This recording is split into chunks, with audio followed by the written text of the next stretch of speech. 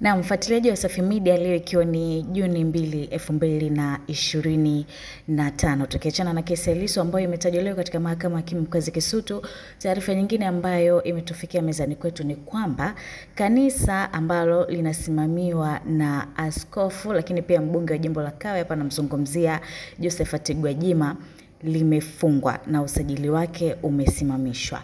Hii ni taarifa kutoka Wizara ya Mambo ya Ndani ya nchi, ambapo barua imeandikwa hivyo: kufungwa kwa shughuli za kanisa za Glory of Christ Church, kanisa la Ufufuo na Uzima. Taarifa hiyo inasema chini ya kifungu cha 17B na kifungu cha pili cha sheria ya jumuiya sura ya 337 kama kilivyorekebishwa na kifungu cha 39B cha sheria ya marekebisho mbalimbali ya sheria namba 3 ya mwaka 2019.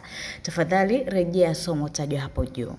Akasema katika siku za hivi karibuni kupitia vyombo vya habari na mitandao ya kijamii umeonekana ukiwa katika mimbari ya kanisa la Glory of Christ Church, kanisa la Ufufuo na Uzima, ukitoa mahubiri yenye mwelekeo wa kisiasa na nia ya kuichonganisha serikali na wananchi.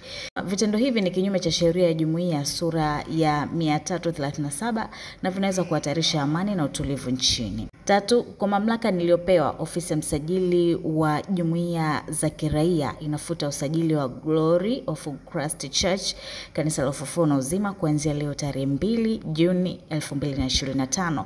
Hivyo unatakiwa kusitisha shughuli za kanisa lako mara moja. 4. Chini ya kifungu cha 19 kipengele cha kwanza cha sheria ya jumuiya sura ya 337, kanisa lina haki ya kukata rufaa juu ya uamuzi huu kwa waziri wa mambo ya ndani ya nchi kupitia kwa katibu mkuu ndani ya siku 21 kuanzia tarehe ya barua hii, ambayo ndio hiyo Juni 2, 2025. Bwana, mimi naitwa Nizia Morris na hii ni Wasafi Media.